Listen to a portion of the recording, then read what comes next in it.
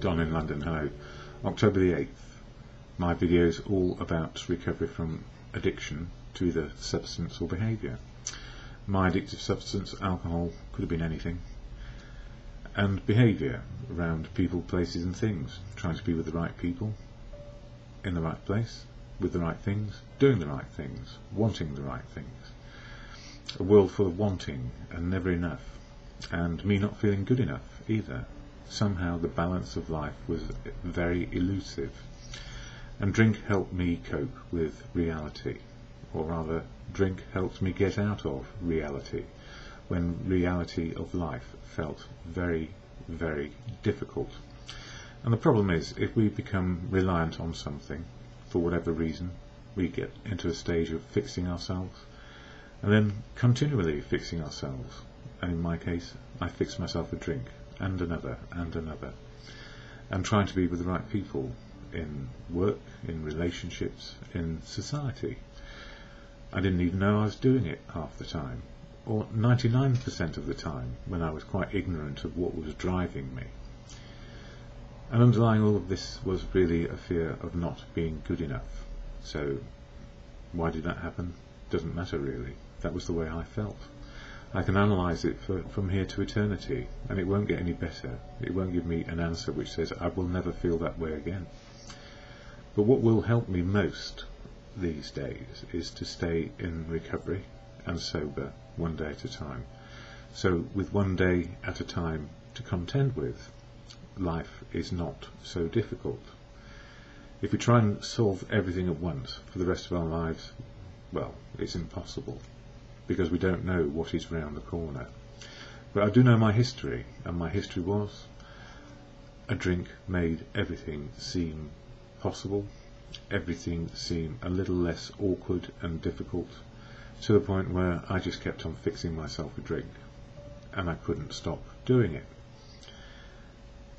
And it didn't mean I was a failure at life. On the outside, the trimmings of success were all there, but they meant nothing, because inside me, I just didn't feel right. I felt awkward, not really capable, not even sure that what I did was worthwhile. So lacking in self-esteem, lacking in courage, lacking in faith, and more driven by fear, putting on a brave face and not wanting to get found out. Dreadful situation, and that went on for years. But the good news was that drink stopped those feelings, but it also stopped the better feelings around courage, faith and confidence, and experiencing the happiness and joy of life just as it is, without having to take the edge off.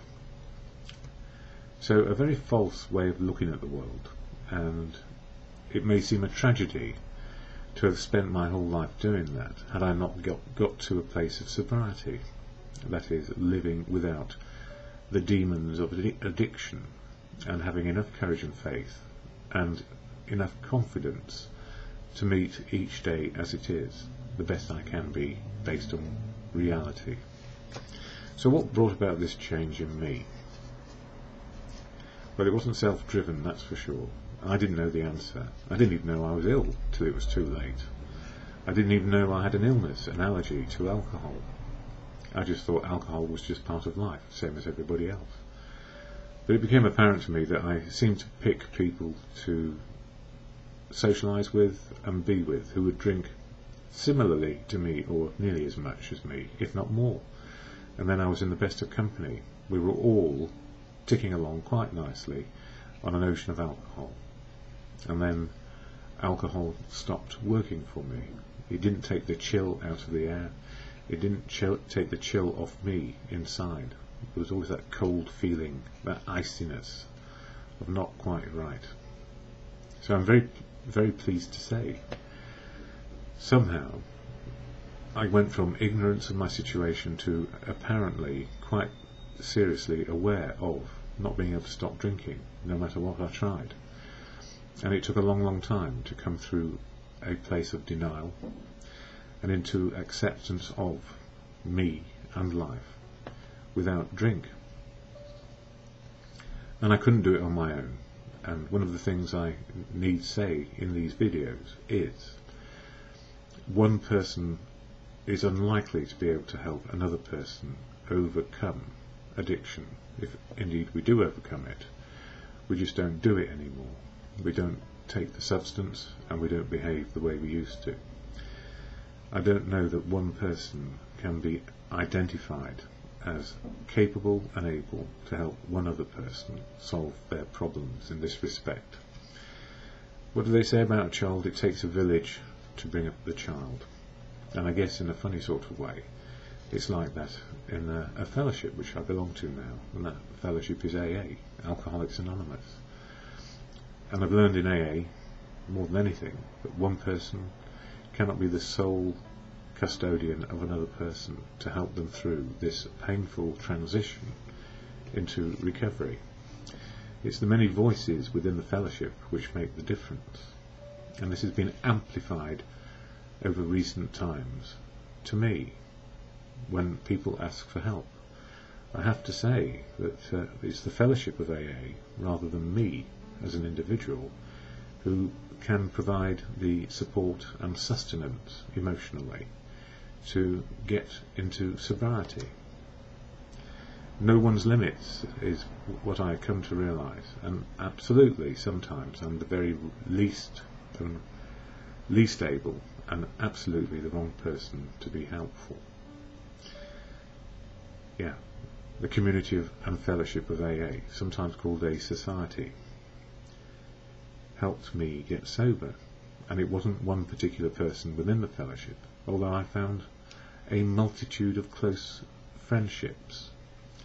It's everyone that counts, and not just one person. So I'm extraordinarily grateful. At the same time too, I don't speak for AA, never can, never will. It is full of unique, authentic people who share about their sobriety and fellowship as they will and where they will. The reason why I do these videos is because I was asked to share about what is AA and to share how sobriety is going for me. So it's sharing a message of experience, strength and hope, but just one voice of many required to help others find that bit of magic around it's okay to be an alcoholic and find recovery and start over from scratch, because that's what most of us have had to do. Or in some instances, some people haven't gone down to the very last place of rock bottom, which is being revived off a deathbed, or revived off a park bench, or a very cold place where no one else wants to know you. It's just the way it is, getting back to real life on life's terms. So I'm very pleased to be alive today. Doesn't mean it's all happy and joyous and free. It means it's sometimes unhappy, absolutely horrible, and doesn't feel free at all. There are things I need do and obligations I need honour as much as anybody else in this life around living well and helping others live well as best they can. So what is AA? How does it help me? I'm going to share some stuff from the literature of AA, this book, and how it helped me come up with some of my own ideas, my own daily reflections over the years. And on this little card here, this one, it has the AA preamble. This little card, you don't need it actually, you can find the AA preamble anywhere on the internet. And also the daily reflections on the internet, and all the literature for AA is out there on the internet as well. So all I try and do is just share along with other people. But I do share the AA preamble because it puts in context what is AA, what are these 12 steps, and what are these 12 traditions. So starting with the preamble, Alcoholics Anonymous is a fellowship of men and women who share their experience, strength and hope with each other, that they may solve their common problem and help others to recover from alcoholism. The only requirement for membership is a desire to stop drinking. There are no dues or fees for AA membership. We are self-supporting through our own contributions. AA is not allied with any sect, denomination, politics, organisation or institution, does not wish to engage in any controversy, neither endorses nor opposes any causes. Our primary purpose is to stay sober and help other alcoholics to achieve sobriety. So we share our experience, strength and hope to help everyone or others recover from alcoholism. The only requirement for being in a meeting or joining in with the fellowship is a desire to stop drinking, so there are no rules, laws or regulations to govern you, and we are all trusted servants trying to help each other, so there are no leaders and nobody can impose their view on you. But you will hear all about other people's lives, what makes them tick and what may help you, and you will find that some ideas and ways forward are very similar to your own particular needs, and others who are so far away from where you are you wouldn't want to meet them on a dark night in a dark alley. That's just life. So the broadest church you can possibly imagine is AA. And you don't have to believe in God either, although a lot of people think that it's a religious organisation. And that's not true. There are there's quite a few people who are of a religious persuasion, and they are fully entitled to their outlook. So there are agnostics, atheists and believers in the fellowship, and I have been agnostic, atheist and believer depending on what's been happening in my life. So I guess I had a fair weather God. So, oh my God, it's good. Oh my God, where is God? I don't know the answers to those, and I don't propose to give one either. Belief, courage, faith and all the rest of those qualities is something we develop through our own life experience. So I cannot impose, nor would I wish to impose, a particular view on you. Indeed, that would go contrary to fellowship. Fellowship is there for sobriety, so the rest of life can work. And it's free at the point of entry. But if you have a few pennies to spare to help keep things going, we only ever have a prudent reserve, and we don't keep large amounts of cash at our disposal unless it becomes an issue, and that will never work. Fellowship, free, always. So this book, Daily Reflections, which I'll share from, it talks about the 12 steps, or shares, it didn't talk at all. It provides a reading, if you like, per day around the 12-step program for a person to be open, honest and willing, and 12 traditions which help us work together in fellowship, in unity, service and recovery, and not about taking a lead for other people. We take a lead for ourselves in our own lives. Freedom to choose the best path we can today. So October is all about step 10, which means the first 9 months have been covered. From step 1, powerless over alcohol, and life is unmanageable if I drink again. And then February came to believe that a higher power could restore me to sanity, and that turned out to be the truth that people tell and share. So whatever your higher power turns out to be, all well and good, as long as we're heading towards sanity. Step 3 in March, all about let go and let God, or let go and let the universe in to inform us again what's going on, so we can keep on learning. April, all about step 4, a life story, looking at what worked and what didn't work. And then in step 5, May, sharing it with another human being and a higher power of your understanding. Step 6, from the life story, seeing what didn't work in our lives and trying to make sure we don't keep on doing the same old and get back in the same old problem. Step 6, that's step 6 in June. Step 7 in July, all about developing courage, faith and confidence, those things that were lacking or short in my life. Enough personal faith, courage and confidence to keep on going. And then in step 8 in August, it was about making a list of people harmed and being willing to make amends to them. So the list and being willing. And in September, all about making the amends without doing further harm. Through to October, where we are now, spot check inventories, what's working for me, what's not working for me, what can I do? I can change me and my attitudes, but it's very rare that I can impose my attitudes and outlooks on other people. So I'm powerless over other people, but I can have free choices around what I do in real life without disturbing the rest of the nation. So bearing in mind step 10 is about spot check inventories, doing it on a daily basis, and looking at gratitude as well. Thank God I got myself out of that scrape, or thank goodness I got myself out of that scrape. I was heading to try and tell the world what to do, when in fact all I need to do is look at me and my attitudes and what I can do realistically today. So the AA daily reflection for today: and when we were wrong, promptly admitted it. That's very hard sometimes, because it feels like your face is burning, or you feel shameful inside. I'm not good enough to do this. And sometimes we're not good enough to do this. And one of the conundrums I've had over the last few days is, how do I help another person find their path in sobriety? And am I the right person or the wrong person? Are they near enough or too far away? Are they near enough to where anyone can help them, or do they need specific support and help in different ways before they even get to the fellowship? Or once in the fellowship, how do we keep them safe? And I might not be a safe bet. By virtue of my age, gender, or whatever it might be, I may be the wrong person to help some people. And that's just accepting life is just the way it is. It's the village, it's the fellowship, the society, which raises the child, or raises the person into recovery, rather than isolating and lost out there somewhere, isolated and alone. How to get back on track, in other words.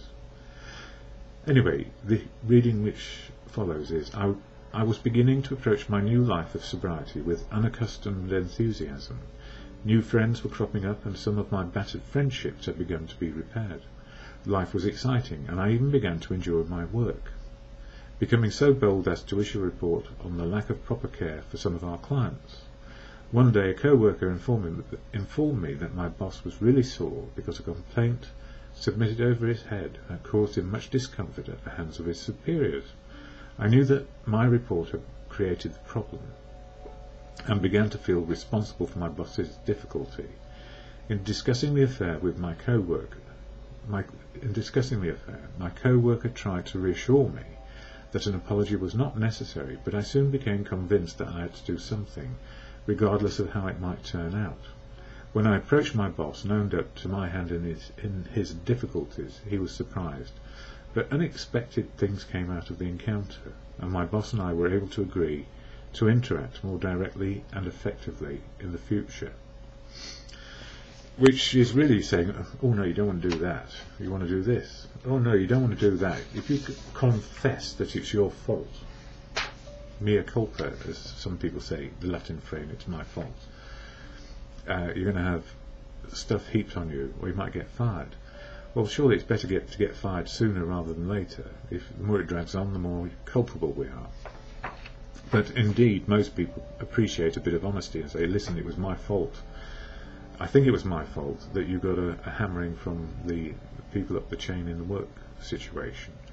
And equally, if we hang on to knowledge if we find we are about to become party to knowledge which is not useful to us, mainly gossip, better say, hang on a minute, I don't want to know this because it's not helpful to me, and then it's going to colour my judgment in how I am with that person that you're talking about. And woe betide me, I might actually say, guess what so-and-so said about you? And that's how gossip kills people, because they can't do anything about the source often, because it comes as some sort of anonymous blurt from somewhere or other. And it can kill people, and many people in the public eye have found themselves I think there was a magazine called Hot Gossip. No, Hot Gossip was a troupe of women who used to dance very nicely on the TV. But there have been magazines called Gossip or whatever. You know, gossip kills people when it comes to the fundamentals of life, like addiction, because the shame and guilt that goes with it, until you realise, actually, I'm just another human being with another condition, and it's no worse than many others. In fact, it's not as bad as others, except for some reason, given the emotional state we get into, and the shame and the guilt around not being able to have a drink. If it was nuts or fruit or wheat or whatever else it would be, we'd just say we can't have that because it's going to kill us, we're allergic to it. But if it's alcohol or drugs for some reason, and we can't have it because we have an allergy to it, we feel like we're missing out. in early recovery, and we can actually go backwards into that as well, very easily, because we feel we're being cheated of something. And the answer is we're not. We're not being cheated of fixing. Fixing is unhelpful. It means that you're not in reality. And if you're not in reality, how can you really say you're happy? Or sad, realistically? And this misunderstanding that, we have our inhibitions lowered. What happens is that as we become less inhibited, a whole great dollop of human behaviour comes out at once rather than learning how it is. We just act on impulse, which may sound... Actually, I act more on impulse now than I ever did before, because I had to have a drink inside me before I could be impulsive. Or repulsive, even. Anyway, some of my thoughts for today. Spot check inventory. In the moment reminds me I can change me and my attitudes. I cannot change them or their attitudes. And it's based on the serenity prayer. Can do, can't do. Can change me, can't change you. And learn the wisdom. Better for me to accept powerlessness, or powerless over everything outside of me, and keep the freedom to choose what next for me. And based on a real life situation as it is today. And I've put here a limitless load.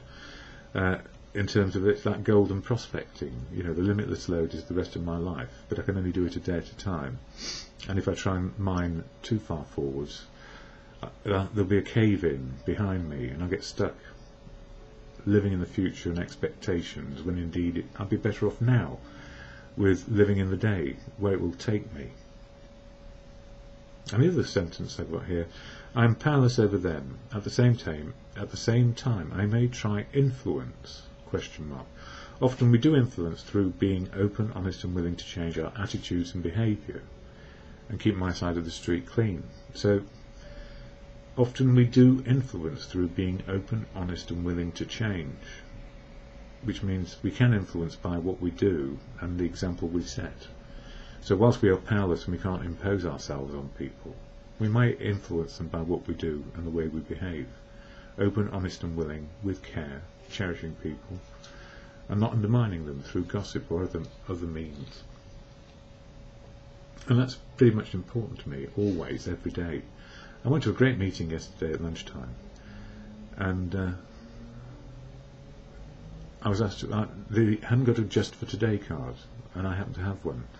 I don't actually agree with everything on the Just for Today card, where it says, I will not show that I am hurt, and things like that, or just for today I will not show my feelings.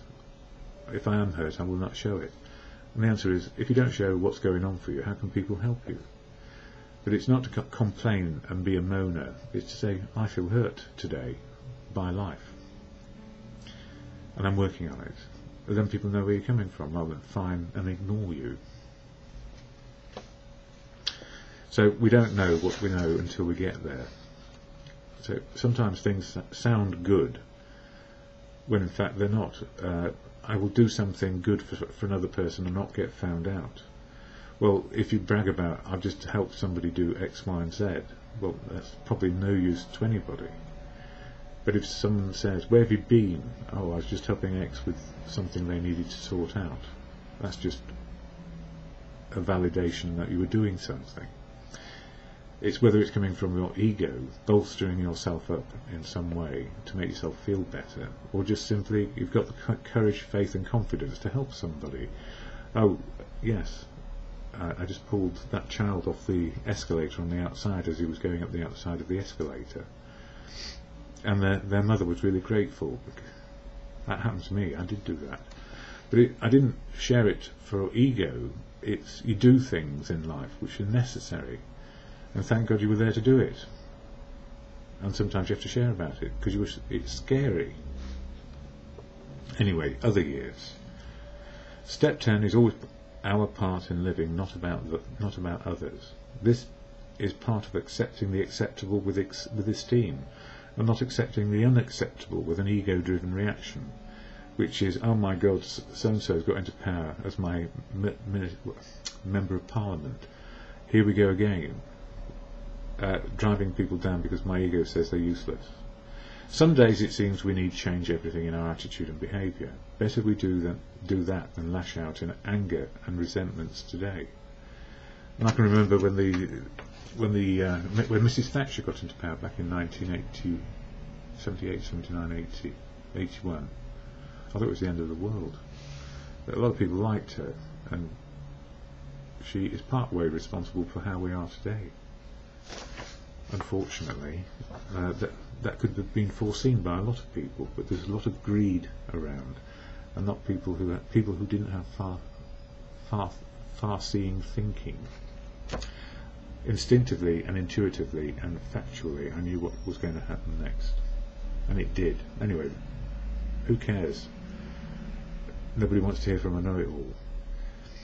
So, deal with your own situation, I guess, on a daily basis, locally, in your community. And although we are influenced by the global picture, we can't always influence the global picture by where we are. We rely on people in government to do that, even when they can't do it very well, because they're still learning. Another one from last year: when we were wrong, promptly admitted it. This is the spot check inventory. Clearing up the wreckage of the present is far easier than letting everything build up into ruinous mountains all over again, because I did have ruinous mountains of feelings and experiences unresolved when I first got into recovery. It was the pressing down or pushing down of half my emotional repertoire.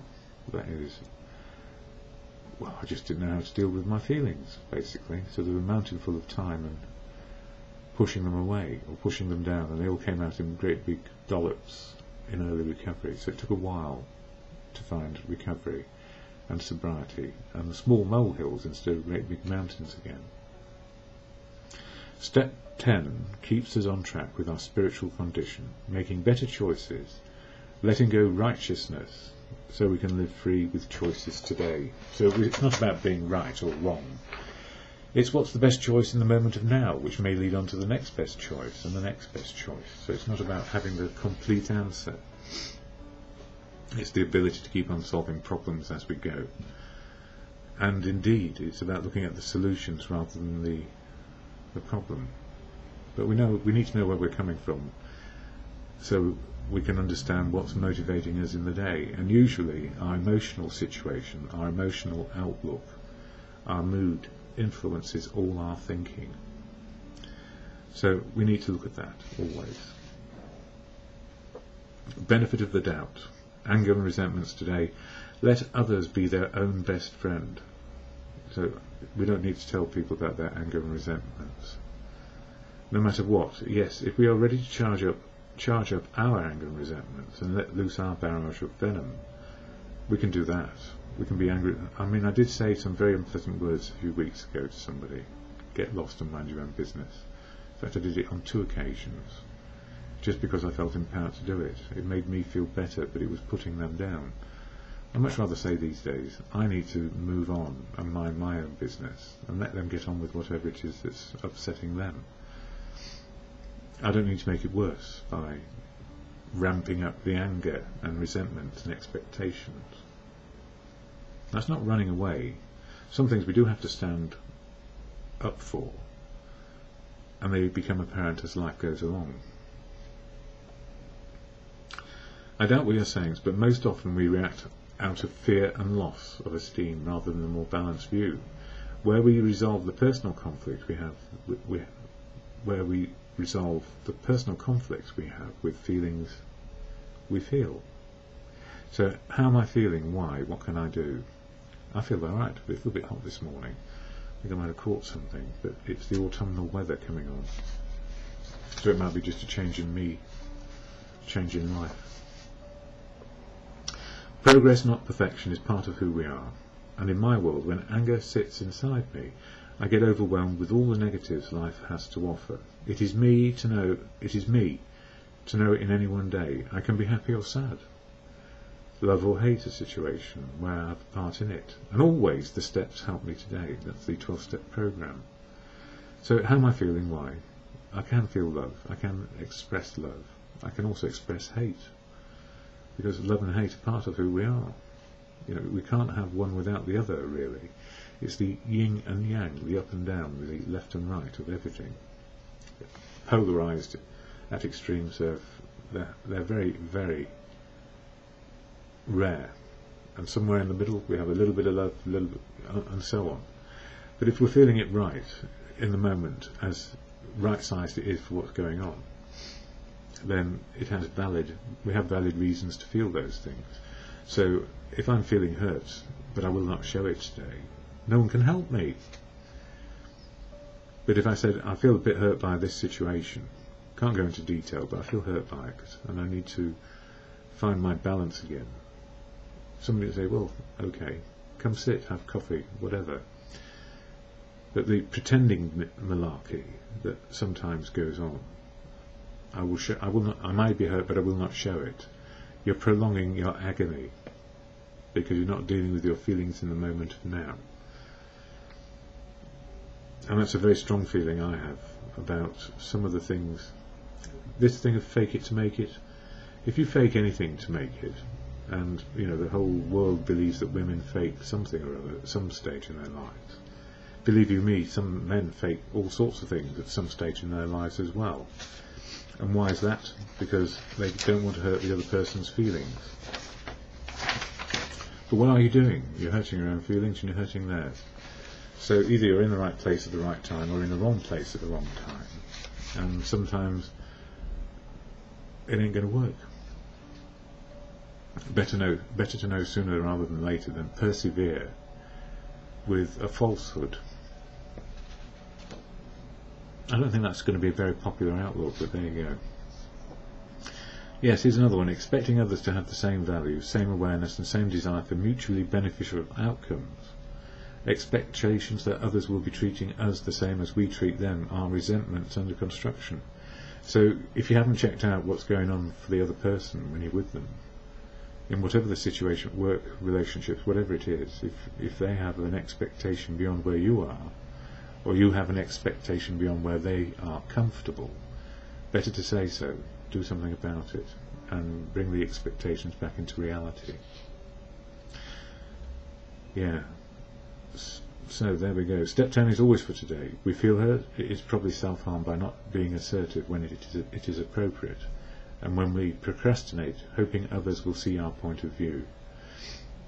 I had a friend once, many years ago, and he used to start a sentence and expect you to be able to finish it, or to know what he was talking about when he was talking complete bollocks.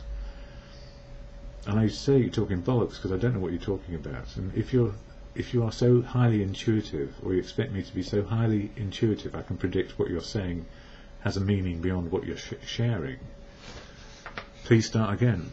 Anyway, it was a frustrating friendship, I must say. He wasn't so much my friend, but a friend of a friend, if you see what I mean. I ended up looking after him for a bit because he was just destitute.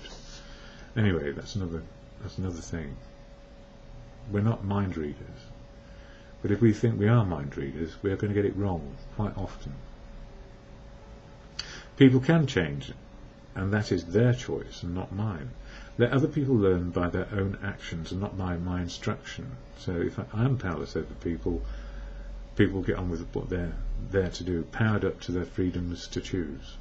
I simply do not know what is best for them, that's true. I am still learning what is best for me today, how to love, be loved and useful in the moment of now. I'm going to stop there. There's more, but it's too much. What helps me today is to understand there's only so much I can do, and then I must stop. And sometimes the most important thing I've learned in fellowship is it is the many voices in fellowship, which it is the village that raises the child, not just a single parent. Ironic. It's really ironic that sometimes we have to have our face right up against the problem before we see it again. And I've known this for years. It's the many voices and faces and connections we make in fellowship which makes experience, strength and hope. The broad similarities come into sharp focus, because if we don't hear the similarity from one person, we'll hear it from another. And we're there in fellowship and friendship and nothing else. So if we become embroiled in a one-to-one counselling situation, it sort of goes against what the fellowship does best. Face to face, in reality, at the coalface, as it were. So the serenity prayer and a few days of conscience pounding by me gets me back into shape and makes me understand the limits of what I can do, in all fairness, not just to me but to everyone. It's got to be the many voices always. The serenity prayer can do, can't do, wisdom to know the difference. Can change me, my attitudes, behaviour. Can't change you, your attitudes and behaviour. Can't fix you. I cannot fix you. But you can learn to be sober if you need to be, and that's your situation. So to God, or in good conscience, God, grant me the serenity to accept the things I cannot change, courage to change the things I can, and the wisdom to know the difference in the moment and just for today.